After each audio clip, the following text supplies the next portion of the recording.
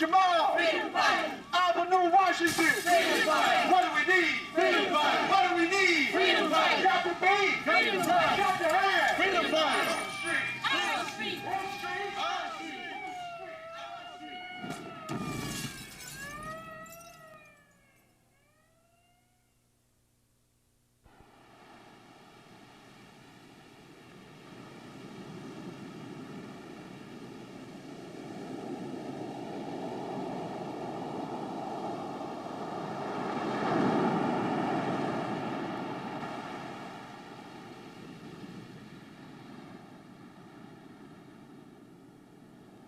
This sound of nature was the sound of announcing war for our ancestors, for my ancestors, maybe for yours.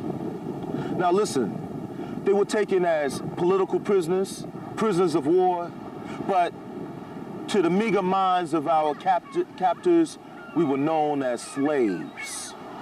We were given names as colored, Negro, and even the word nigger. Now, slavery,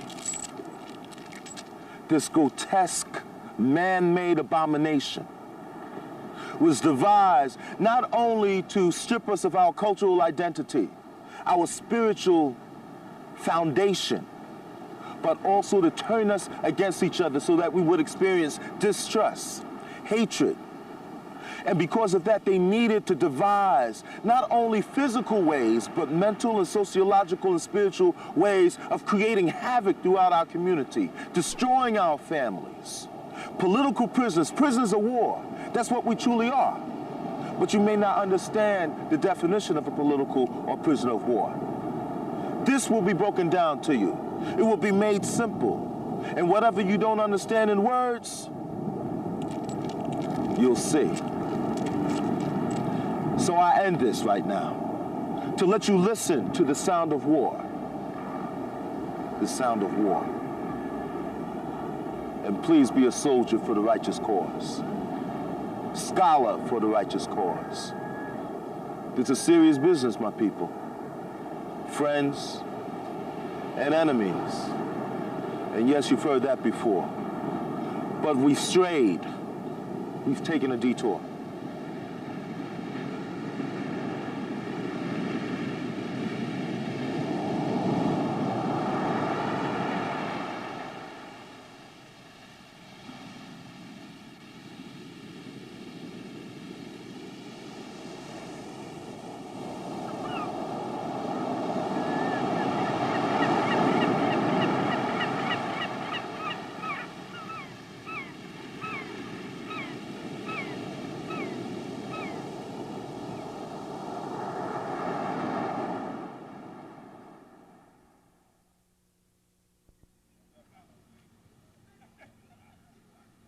The origins of the term Black August traces its roots to August 7, 1970, when freedom fighter Jonathan Jackson took his courage in one hand, his assault rifle in the other, and tried to liberate three brothers, William Christmas, James McLean, and Ruchell McGee, all of whom were San Quentin inmates on trial in Myron County Courthouse. Taken along also were 5 hostages. Jonathan Jackson planned to take the entire group of 9, himself included, to a radio station where he wanted to voice the terrible conditions existing in prison. A van was secured with all the passengers seated, preparing to take off when San Quentin prison guards and sheriffs approached and fired a barrage of shots into the vehicle in what can only be described accurately as a massacre. Jonathan was hit point blank in the head and died instantly. Then the 3 San Quentin inmates, James McLean, William Christmas, and Ruchell McGee, were shot.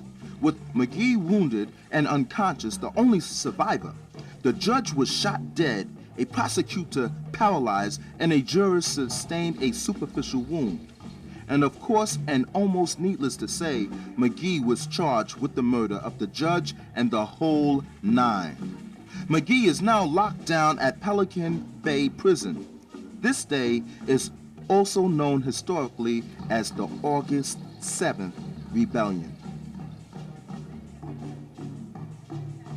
A march to honor our political prisoners was held this August of 1997 in Bedford-Stuyvesant, Brooklyn, New York.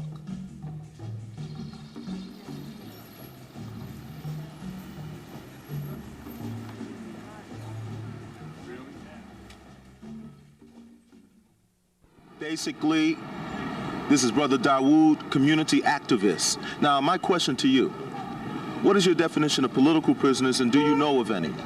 Well, I definitely know of political prisoners. You and I are political prisoners just from being born in this country. Anyone who's born in this country and understands the repercussions behind us being Asiatics, being Afrocentric people, we know the power structure, and we know why it's imperative for us to keep in mind that we all are prisoners until all of us are free. None of us are free until all of us are free. You know, and that's very essential. I mean, you have on a button that's speaking about Mumia Abu-Jamal. I'm just reiterating his words. These are his words that he spoke about long before he was incarcerated on the physical sense. Everybody, and if you never must forget that Malcolm spoke about this, and one of the things that he spoke about was that yeah, he has a criminal record, so to speak. But if you remember correctly, he was speaking to an audience and he made it clear that, hey, we all are prisoners. You know, don't think for 1 minute that you're free just because you have some physical freedom. All of us are prisoners in this society. The capitalistic, this capitalistic system that they cleverly devised and cleverly cover with the presumption of justice, is clearly a disguise. It's clearly a ruse. And the only way that this thing is allowed to exist, the only way that it has continued to exist, is by cleverly keeping people under the gauze of justice. Okay, I have a young lady here. Right about now, sister, do you know anything about police brutality? Have you ever witnessed anybody being abused by the police? Yes. A girlfriend of mine, she was coming home, and it's a case going on right now about them. They beat her, slammed her leg in the car door. They threw her down, handcuffed her, you know. So right now they investigating the case. Okay, that's the only situation or a friend, or has anything like that ever happened to you? No. Okay, do you know anything about political prisoners? Yes. Okay, can you mention any names? Well, it's a few, well, I don't want to mention no name, but it's a few guys in there that I know for sure that is locked up for things that they didn't do, or, you know, taken just because they have a record from way, way back. They use that against them and, you know, giving them a whole lot of time just because of the record. So you're saying that a lot of times our people are chosen as a type of marketable item for the criminal system? Of course, yes. What is the solution for us in the community? What can we do to solve this problem? Well, a couple of people tried a lot of things, but it's us against the police, and they have more power than us. So it's like, I don't know, it's kind of hard. Do you feel that if we start expressing a type of united front, unity and love, expressing love and respect to each other, do you think that might help? Yes, I think so. Okay. We could try. Yes, we can, and we can do also. Yeah. So thank you, sister. I appreciate your time. Okay. Peace. You're welcome. Okay.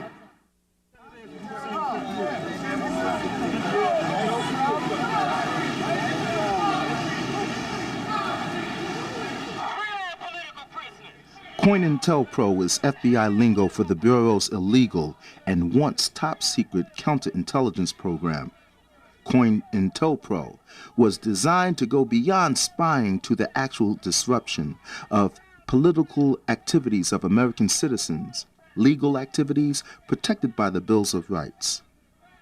Predictably, the most serious of the FBI disruption programs were those directed against black nationalists. These programs, also initiated under liberal democratic administrations, had as their purpose to expose, disrupt, misdirect, discredit, or otherwise neutralize the activities of black nationalists. hate-type organizations and groupings, their leadership, spokesmen, membership, and supporters, and to counter their propensity for violence and civil disorder. One of COINTELPRO's effective methods are planting FBI provocateurs whose aim is to urge, initiate, and incite violent acts. Directives and memorandums from the FBI director often instructs specifics on targeting black candidates who may be inclined to participate in the democratic electoral process. The goal is to determine if there is anything derogatory in his or her background, which might cause embarrassment if publicly exposed. This digging for dirt has effectively neutralized many. Standing tall. Behind the wall. We are political prisoners. On to Jericho. The Bureau at this time has decided to elevate its monitoring of rabble-rousers, black militant agitators, vociferous troublemakers, white, Puerto Rican, and Asian dissidents who may have a propensity for violence. The Bureau's COINTELPRO tactics should entail electronic surveillance as well as conventional methods, which shall include exclusively the mailing of fabricated letters, the planting of substances and paraphernalia that could result in the aid of making an arrest that might break and weaken the movement, its ranks, and leadership.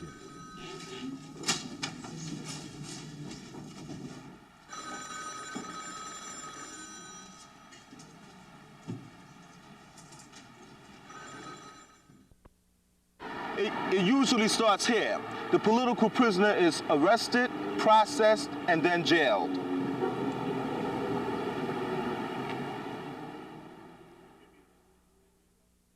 And if you know anything about political prisoners? No. Okay. You don't know of anybody who's ever been abused by the police? No. What's your impression of the police, though? Well, I think they're doing a good job. You think they're doing a good job? Why is that? In what ways have they proven that they have done a good job? No, I really don't want to say anything. I really don't want to say. You don't really want to say anything? Okay, can I ask one more question? I'm dealing with political prisoners. Have you ever heard of any political prisoners like Mumi Abu Jamal or... You know, at one time, Toussaint Louverture was a political prisoner. Oh, not in America. Yeah, but do you know anything about political prisoners? Yeah, because I'm from Haiti, remember that, so I know about it. Yes. Okay. So, how about the brother named Louima with the police brutality incident with him? Do you think he was doing something wrong to deserve that? No, that's unthinkable. That's unthinkable? Yeah. So that's a case of police brutality. Yeah, but I just don't want to say nothing about it. But everybody can say that a human being do something like that to somebody else. You know what I'm saying? It's very sad. Okay, my brother. You stay strong, all right? And thank you for your time. Okay, peace. Okay, basically, what do you think about police brutality? Well, police, I think they straight up dicks. I do not like them because one day came home and shit, you know what I'm saying? Coming home like 3 o'clock in the morning, police jumped out the car and shit, you know what I'm saying, grabbed me. This is when I just got shot in my arm and shit. Talking about what I got in my cast and shit. I'm like, I ain't got nothing in my cast. They slinging and throwing my arm around and shit. You know what I'm saying? I don't think that's right. You know what I'm saying? That police do that to people. You know what I'm saying? Why do you think they stopped you? Because I think because I was black.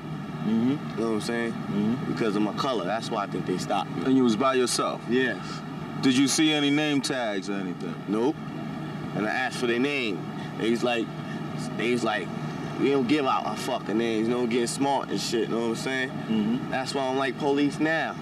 Every time I see them. Do you know of any other brothers or sisters who've been abused by the police? Yeah, my man just walked away. He been abused by police too. You know what I'm saying? And I don't think he like it either. Okay, I guess he'll speak on his particular experience. But my question to you, do you know anything about political prisoners? Really? Not really and shit, but I've been locked up a few times. I did a few bids, you know? Okay, now, be honest now. When you was locked up, was it for just cause? Did you actually commit the crime? Well, it was you can say like 2 times I didn't commit the crime, you know what I'm saying? And the rest, like the other 3 times I commit the crime, you know what I'm saying? And that's all really. So for those times that you didn't commit the crimes, why do you think you was convicted? Well, because my skin color and just because they wanted the collar. That means that they wanted the arrest, you know what I'm saying? Because one day, you know what I'm saying, I was coming from up here, coming from out the precinct, Avenue, right here, 101 precinct. Just came from out the precinct, walk a block up. They harassing me again. I'm like, yo, I just came from jail, you know what I'm saying? At least y'all should give me a break, you know what I'm saying? I just came from the precinct. Well, you look suspicious, you like you robbed somebody. I'm like, yo, I just came out the fucking precinct. How I'ma rob some fucking body? You know what I'm saying? These niggas talking about. It's not funny, but go ahead, speak. So they like get out. You know what I'm saying? They get out the car and shit. Talking about they want to check me and shit. I'm like, yo, how y'all want to check me when they just checked me when I came from the precinct? I ain't got no guns. You know what I'm saying? I ain't gonna let y'all check me, but I lift up my shirt. You know what I'm saying? So I lift up my shirt and shit. And they like, well, let me check your sneaker. You know what I'm saying? They make me take off my sneaker. Maybe take off my jacket, my shirt, and all that, just to check me. And I just came from the precinct, and that's fucked up. Now I'm gonna ask a question. Do you think that music, certain type of music, gives them the reason to stop people like that? Well, yeah, really, yeah. Cause I had a few cops, you know what I'm saying, that came up to me, and said I look like a rapper and shit. You know what I'm saying? A rapper and call the youngsters and shit, you know what I'm saying? That's not to say rappers are gangsters or all rappers are gangsters. Not all rappers are gangsters, you know what I'm saying? Some rappers are gangsters, I ain't gonna lie, you know what I'm saying? But not all rappers are gangsters, you know? Because I know a few of my peoples, you know what I'm saying? They rap and shit, and they not all about that money and fuck bitches and kill niggas type shit. They on some shit that happened in their lifetime, you know what I'm saying? That's what it's all about, you know what I'm saying? Okay, my brother, I'm gonna move on to the next brother, but I thank you for your support. And you stay strong and just be careful. And be straight about yourself, straight and honest. True that. Peace.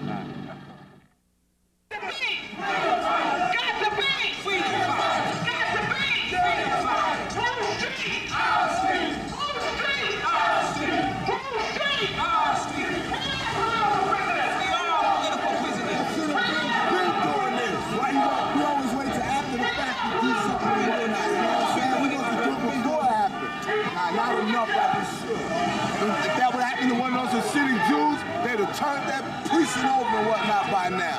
You know what I'm saying? Brothers and sisters, there is a place for you in America. This is the King Alfred plan. Ha! Brothers and sisters, there is a place for you in America. Places are being prepared and ready night and day, night and day. The white boy's plan is being ready night and day, night and day. Listen close to what raps say about traps like Allenwood, PA. Already legal in D.C. to preventively detain you and me. How long you think it's going to be before even our dreams ain't free? You think I exaggerate? Check out Allenwood, PA, night and day, night and day. The white boy scheming night and day. The Jews and Hitler come to mind, the thought of slavery far behind, but white paranoia's here to stay. The white boy scheming night and day. What you think about the King Alfred plan? You ain't heard? Where you been, man? If I may paraphrase, the government notice reads, should there at any time become a clear and present danger initiated by any radical element threatening the operations of the government of the United States of America, members of this radical element shall be transported to detention centers until such time as their threat has been eliminated. Code King Alfred. Bullshit, I bet you say. There ain't no Allenwood, PA, and people ain't waiting night and day, night and day, night and day. There will be. without the Motown sound and Thunderbird wallowing in the echoes of Malcolm's words. There must be black unity. There must be black unity, for in the end, unity will be thrust upon us and we upon it and each other. Locked in cages, pins, hemmed in, shoulder to shoulder, arms outstretched for just a crust of bread, watermelon mirages, an oasis that does not exist, conjured up by the bubbling stench, unwashed bodies and unsanitary quarters, concrete and barbed wire, babies screaming, stumbling around in a mental circle because you never cared enough to be black. In the end, unity will be thrust upon us, blanketed, stifled, a salty taste in your mouth from blood oozing from cracks in woolly heads, red pools becoming thicker than syrup, slow down your face, birds matted by the life force sprung loose from wells, well deep by the enforcers of mock justice of the red, white, and blue. In the end, unity will be thrust upon us. Let us unite because of love and not hate. Let us unite on our own and not because of barbed wire death. You dare not ignore the things I say. Whitey's waiting night and day, night and day, night and day, night and day.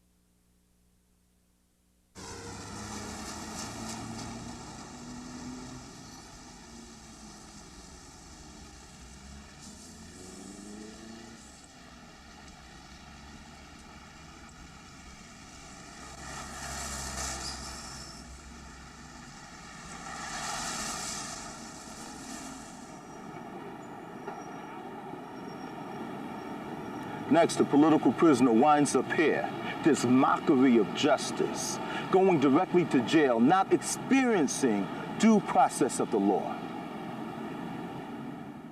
Sandy Klein wins news time at the Tone. 3:30. What do you do with an armored white elephant? 1010 Wins New Jersey reporter Mark O'Brien tells us that's the big debate in the Newark Police Department. A decommissioned military armored personnel carrier won't be spending its retirement years in Newark. City Council has failed to authorize the police department to begin using the tank known as the Peacekeeper. Police Director Joseph Santiago supports the vehicle, saying other cities have successfully used the tank in sniper and hostage-taking situations. But some council members believe the armored car, which was provided free of charge by the federal government, is not in the best interest of Newark, that it sends a bad message and is open to abuse. Mark O'Brien, 1010 Wins in New Jersey. I've waited years. When I least expected, I shed tears because African love has been neglected for 1,000 long years. Rot gut information absorbed by making maggot minds. Bitterness, bitterness, dissipate the bitterness. Love all, sometimes with racists yelling up against the wall. Misplaced, disgraced race, face the colorful look. I've waited years for the tide, I've waited years for the landslide. I've waited years for the slumbering to awaken. I've waited years and still neo-Negroes tease me and the truth of freedom. They whitewash while whitelisting Africans under a European blacklist. Invisible threats exist planning to twist straight backs into bent backs. Some Black Panthers live to be Gray Panthers. A Gray Panther can only be on a higher level over a Black Panther if he, she still have teeth and claws. The teeth are the equipment. The claws are the defense. Backbone straight and strong, mind knowing self and mission, heart enough to carry out survival tactics, research the past with practice adjusted for present conditions. Feed the young truth and pride, protect honest Africans from police brutality. Panthers can protect against racist guns. Some Panthers are dead and many traitors live. Invisible threats exist to twist straight backs into bent backs, to twist straight blacks into twisted blacks. Yes, some true Panthers are dead and many traitors live to produce future traitors. Panther power infiltrated, Panther power suppressed, Panther power chained, imprisoned. Cell blocks locked, sometimes teeth are broken. Adam Abdul, Larry Davis, CEO Stomp, now paralyzed. Mumia Abu Jamal, still alive on death row. Claws broken, claws taken. COINTELPRO Negroes faking, forsaken. freedom to be willing POWs. Lackadaisical leaders cannot fortify our future with freedom. I've waited years watching this society paralyze Africans, tranquilize Africans into a consumed state.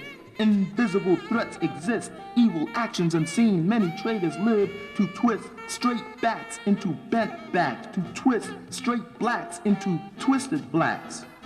We talk of responsibility, waiting, speaking, thinking, philosophizing. Most are glad we haven't been forced to physically back up with attacks on traitors and oppressors alike. I say put up or shut the fuck up forever. I've waited years. I'm asking for help, don't criticize. Realize you should say, let's get it, let's get to it, let's do it. I've waited years for you to back up the verbal flow. I've waited years for you to put up or shut the fuck up forever. Basically, my question to you, my brother, is what is your definition of a political prisoner, and how are we as black men and women affected throughout the world, and especially in the United States? That's a hard question. Political prisoners are people of conscience. They're examples. And being afraid of their ideas, they only could be locked up. For black people all over, I think we have to really get together and abandon the different levels of religion before we can have any pathway of being together. There's too much fragmented religion, Christians, Muslim, this, and we would never be nothing except we can understand there's one God and speak the same language. And that would abandon the political prisoners also. Yes, my brother. I thank you. Can I ask you what your name is? My name is Abu Makabayas, or Lloyd Thomas.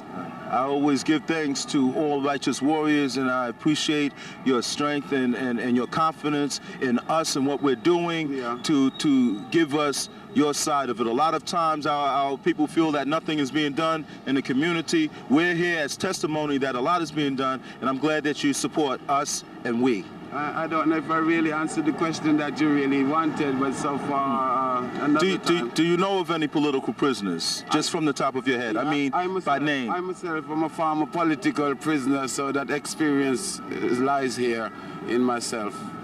What I really know, I didn't have a political agenda, but I was a political prisoner. Asante. So you do understand that there's also prisoners of wars? Yeah, and they do suffer a lot too, because of what they're trying to bring across, and it's not being heard. Asante, my brother. Give thanks always. Okay, one love. What that word means? Thank you in Swahili. Okay, thank you, brother. Peace. You think police brutality doesn't exist? Let's examine two cases that occurred this month, in October. They were aired on national television.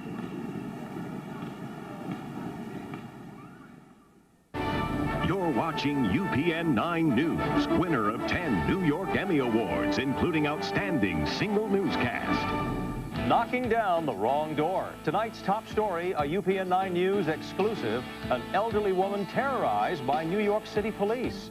And hooting and hollering over Hooters. The restaurant chain takes a grilling, but why?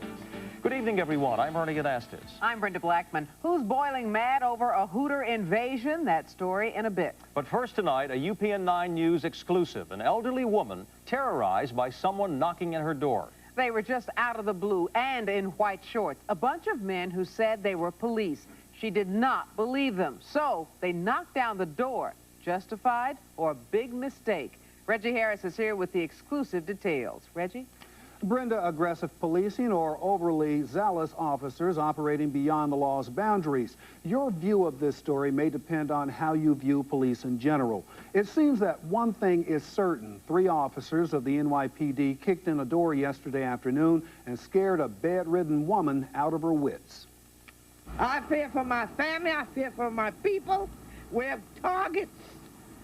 We are targets. Because God gave us this power. It's not likely that Jeanette Myers frightens anyone. Bedridden after a stroke and heart attack, the 66-year-old diabetes patient is virtually tied to her television set in her second-floor apartment on Nostrand Avenue. She says that yesterday afternoon, 3 police officers from the 79th Precinct broke the knob on her door, bent the inside lock, and bolted into her apartment without reason. I'm afraid of them. If they had the nerve to do what they did, you understand what I'm saying? They don't care about us. Our children are nothing. You're not safe. I'm sitting here with my mother looking at television, and here this officer come, 3 of them, come busting in. I am supposed to feel fearful. I think you would too if you're sitting there. Before bursting in, the officers said they were investigating the shooting of a policeman in the area and were looking for a woman named Jody. They were told there was no Jody here. Asked if they had a warrant, Winslow says the answer was, we don't need a warrant. So she says the door was kicked in and the officers came in. Myers' daughter says she spoke with the cops from the window and through the door, and that one showed a badge, but she refused to open up. Just don't tell me to open my door because you have the authority with a badge to say open your door. I could have been opening my door to an axe murderer for all I know. Both women say the officers left without finding Jody or anyone else sought in their investigation. They took only the front doorknob. This is a replacement, and disappeared into an unmarked car. They said they don't know why they came here. That's all they said. Tonight, a police spokesman told me that so far, NYPD doesn't know why officers showed up at that address. Police confirmed there was an incident under investigation in the area. A cop had shot someone. We don't know why. They had one suspect in custody. We're looking for others. We're told that it's all still being investigated. Ernie? Okay, thank you, Reg. Prosecution got its chance today to grill a cop accused of murdering a man over a parking space. This was Officer Richard DeGuglielmo's second day on the witness stand, and Tim Fleischer is live at the courthouse now with details. Good evening, Tim. Good evening, Bill. This could become the defining point in this high-profile case. The New York City police officer taking the witness stand in his own defense. Yesterday, he told his side of the story. All day today, he was vigorously challenged on that story. Richard DeGuglielmo comes and goes from the courthouse, not talking publicly about his trial on murder charges, choosing instead to make the rare legal move and testify to help his own case. But the New York City police officer opened himself to vigorous questioning, prosecutors pressing him on his actions that led to the shooting death of Charles Campbell. You did nothing to effect the arrest of Mr. Campbell, did you? No, he admitted. You did not call the Dobbs Ferry police. No, he said. DeGuglielmo and his father, also Richard, and brother-in-law Robert Arrico are on trial in the shooting of Charles Campbell during a fight over a parking space here at the family's deli in Dobbs Ferry. What began as a fistfight ended in the off-duty officer shooting Campbell, he claims in defense, after his father was struck with a baseball bat. But again, pressed about taking another course of action, the prosecutor asked, how long does it take to say, I'm a cop? A second, he said. How long does it take to say, you're under arrest? A second, he added. Did you say it? No, I did not, he admitted. And pointing the weapon, the prosecutor then asked whether the officer tried to help Campbell after he shot him. Wasn't it the cable guy, a witness, who gave CPR to Mr. Campbell? I guess, the officer answered, because you turned your back and walked away. I don't recall, he said. The victim's family. You know, it's so much inconsistency in everything he does. The officer finished his testimony late this afternoon. There are other witnesses as the defense continues their side of the case. Reporting live from State Supreme Court in White Plains, Tim Fleischer, Channel 7 Eyewitness News.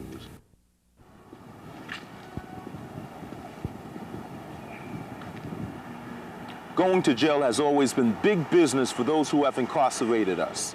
Recently, September of 1997, in Orlando, Florida, there was a correction officer convention where there was prison hardware showcased of high-tech gadgets and devices.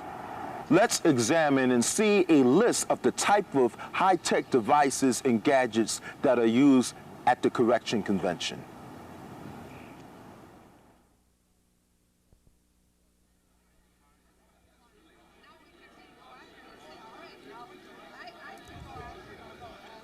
Product: laser marksmanship training. Manufacturer: Beam Hit LLC of Columbia, Maryland. Description: 2 bullseyes targets, a laser transmitter that sticks in the user's own gun, and software that enables the shooter to see on a computer screen where bullets hit. Purpose: to teach military, law enforcement, and corrections personnel how to shoot accurately. Cost: $1,700. Customers: Army, Navy, FBI, Federal Bureau of Prisons, likely future customer. New York City Department of Corrections, selling point, saves money on ammunition. Second selling point, particularly effective with women who historically have lagged behind men in shooting expertise. It's leveled the playing field between women and men, says Sherman McGill, Beam Hits Vice President. We eliminate the fear factor with dry fire and then teach all the fundamentals properly.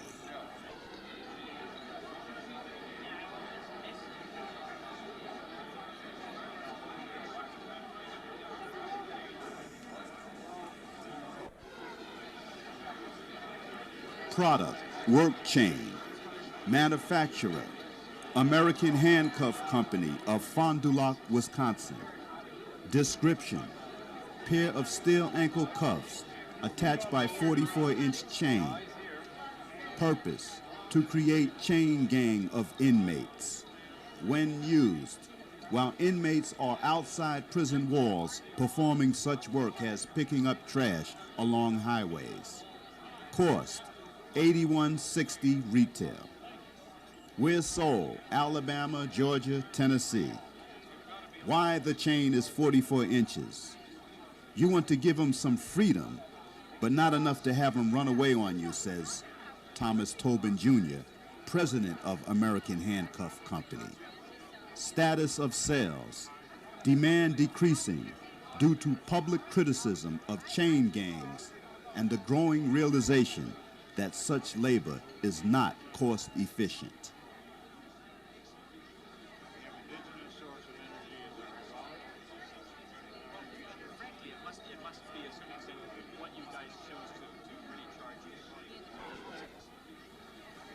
Product, Ultron Electronic Shield, also known as a stun shield. Manufacturer, StunTech Inc. of Cleveland, Ohio. Description, plastic battery-operated 3.5 by 2 foot shield that can be electrified with a touch of a switch. Purpose, to zap unruly inmates with 50,000 volts of electricity. When used, to quell a riot, break up a mob, or forcibly move a prisoner who refuses to exit his cell. Effect on prisoners, intense muscle spasms, which cause inmates to crash to the ground and writhe in pain. Cost, $450 to $500. Customers, 25 state corrections departments. Where recently tested, Rikers Island. Annual sales, 1 million to 1.5 million. Number sold, 1,500. Sales pitch, most shields just push you against the wall, says Dennis Kaufman, StunTech's president. But this shield talks. In 70% of cases, the sight of the shield is enough to terminate resistance because people are afraid of electricity. How Kaufman demonstrates his product's safety. Shock self in thigh, causing leg to twitch violently. Amnesty International's evaluation of product safety. May cause prisoners to urinate, defecate, fall unconscious, or even die. Greatest public relations disaster. A Texas corrections officer died in 1995 after volunteering to be zapped twice with a 45,000 volt shield made by another company.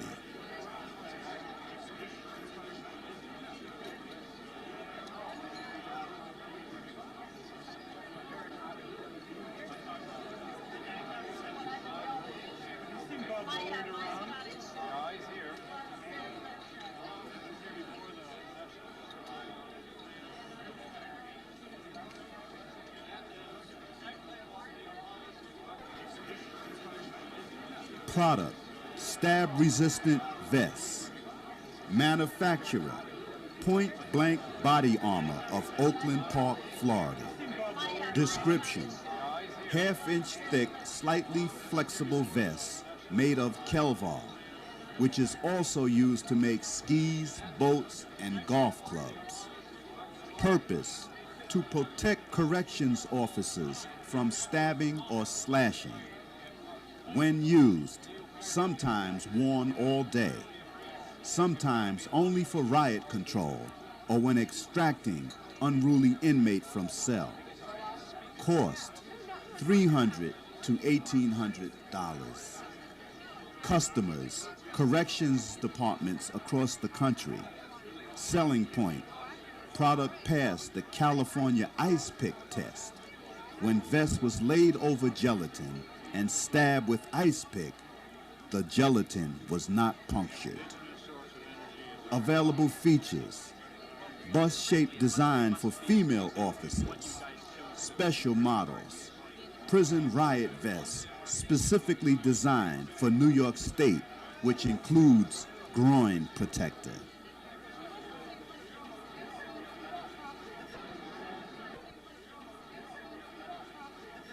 Product: violent prisoner chair, deluxe 2 safety model.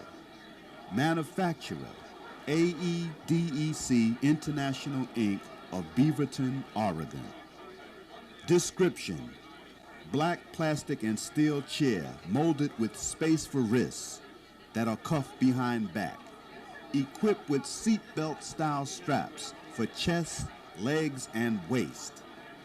Purpose: to restrain inmates. When used, if a prisoner is threatening an officer or jeopardizing his own safety, perhaps by banging his head against his cell wall. Cost: $769. Customers: prisons, police departments, county jails, and other agencies across the country, including the Port Authority of New York and New Jersey. Number sold, more than 1,000. Accessories available: padding to adjust chair so it accommodates juveniles. Selling point: safer than a straitjacket because inmates who are sitting up instead of lying down are less likely to asphyxiate. Manufacturer's opinion of product safety: a couple of hours in the chair is not a problem as long as the individual is healthy, says Ron Smith, a stockholder in AEDEC International, Inc. Most tragic event alleged to have been caused by chair.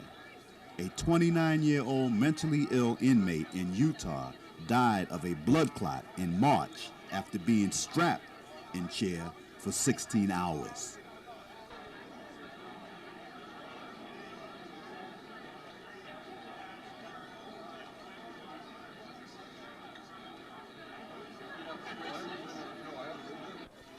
Product: body search. Manufacturer: American Science and Engineering, Inc. of Billerica, Massachusetts. Description: high-tech X-ray machine that can see through clothes. What shows up on screen when inmate steps in front of the machine?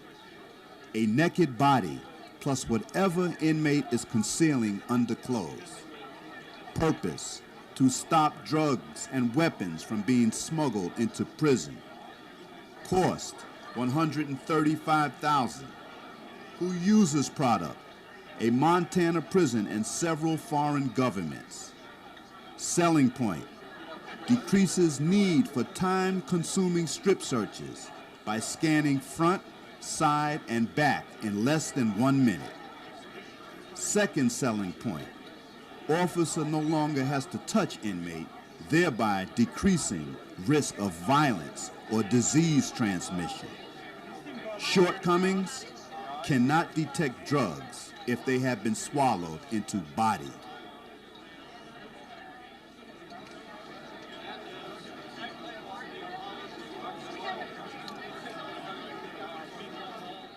This is a sample of the latest in prison hardware. It illustrates an inkling of what political prisoners living behind bars will have to go through. It's no wonder that the corrections institution is one of the fastest growing industries. Although most of this country's political prisoners are Hispanic and African American, the businessmen who attended the correction convention were, you guessed it, white.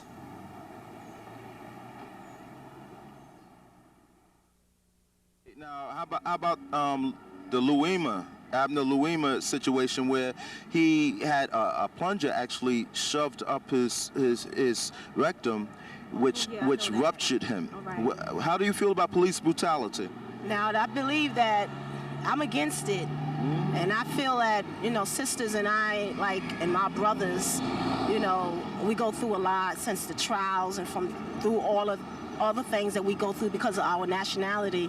And I think that holds like a person is like being persecuted for their race. And I think that that's not right for nobody to take brutality against any person, regardless of whatever their color is, regardless if you're white. It doesn't matter, because, you know, I'm a born again, I'm a Christian, so I know it's not fair, because I also have been experienced in something in that matter by an officer myself. So, I mean, you're talking to someone that experienced that. Yes.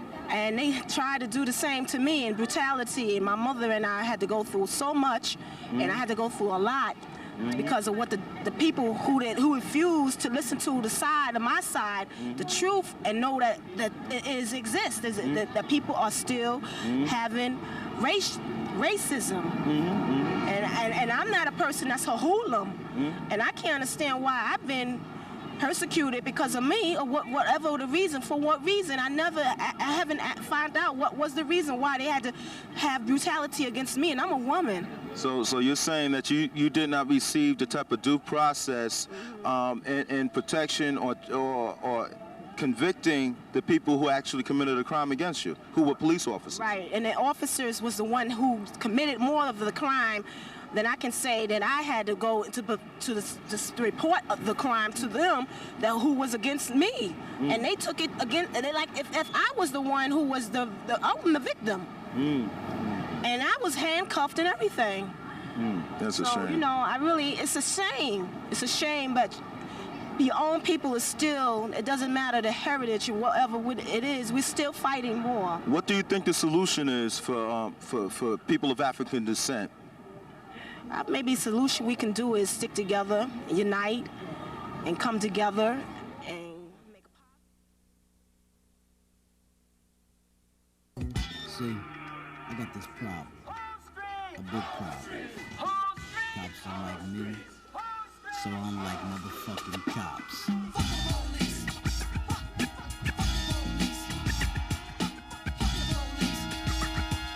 Fuck the police. Get out of the fucking car. Wait a goddamn minute, what the hell did I do? Hey, just shut the fuck up, black bitch. Wait a minute, you got me putting on my motherfucking hair. Hey, step off the system, motherfucker. Hey, just step the fuck back. Get your motherfucking hands off of me. Calm down now. Listen, we're gonna go around this corner, and you're gonna suck me and my partner's dicks, or you're gonna be one black dead nigger bitch. Police brutality is common in my neighborhood. That's why I hate the motherfuckers. I said fuck the police, but with a little more force. And maybe now I get my point across. There's a massacre going on, just open your eyes and look. Every day a young nigga's took off the face of the streets by police. It's like they got a nigga chained up and shot.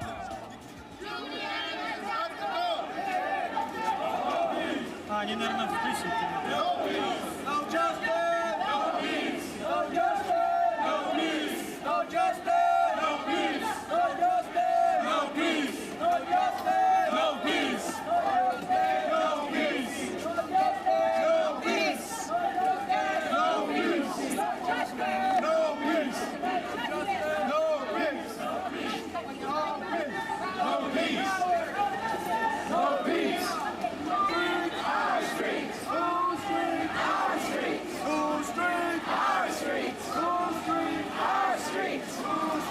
Our streets! Our streets! Our streets! And they're gonna walk through Clapper. Man, I can't give them credit for that. By the time they get up, they don't have any energy.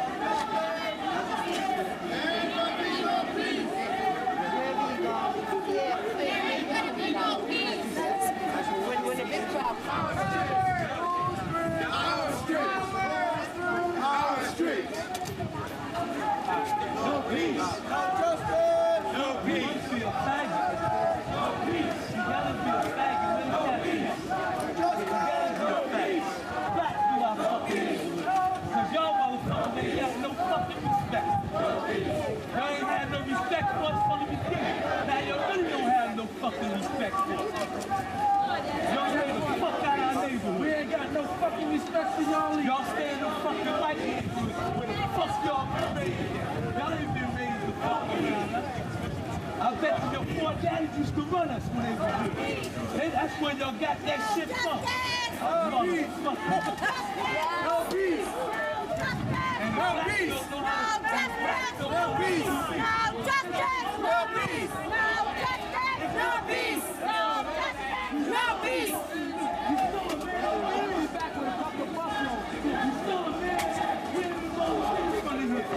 Let's go to Long Island where you live at. He's running his same Staten Island. That's where the fuck you should go. The Staten Island.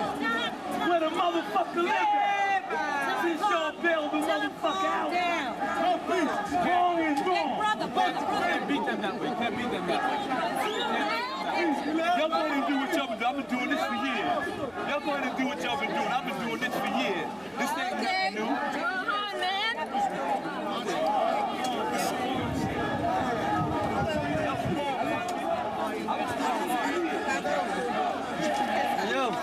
Nobody can leave. Yo, flag. So nobody can leave. Everybody has to sit together.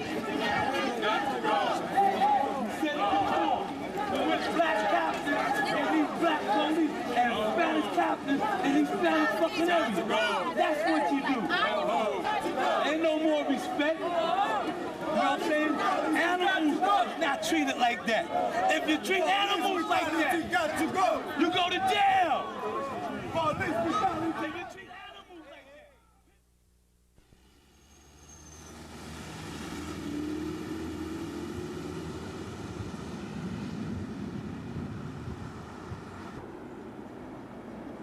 This is our last stop, where our political prisoners, prisoners of war, all across America are placed in prisons. They are effectively taken from the ranks of the struggling oppressed. They are constantly harassed, dehumanized, and even tortured. All because they spoke out and fought for the democratic process that was promised to them, but never, ever delivered.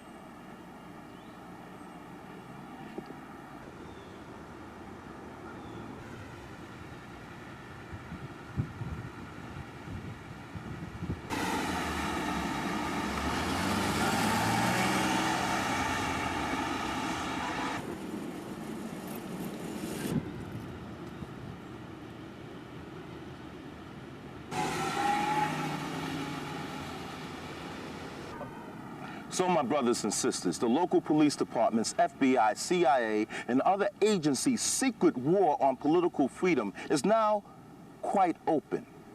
The ultimate weapon is repression, concentration camps, prisons to intern people that the powers that be deem to be troublemakers. It may be someone close to you, or the next target may even be you. Well, I'm feeling fine.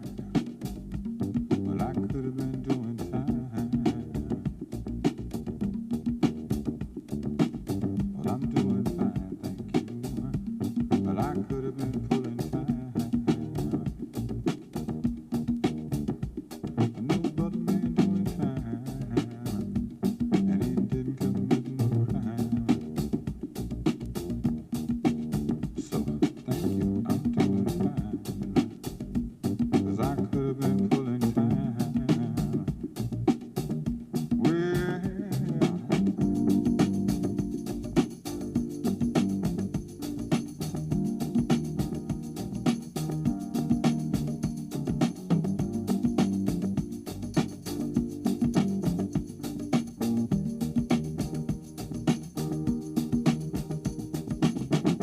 I've been painted a picture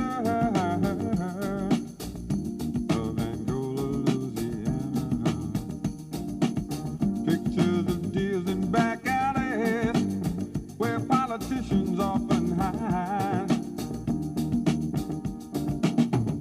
but it's much more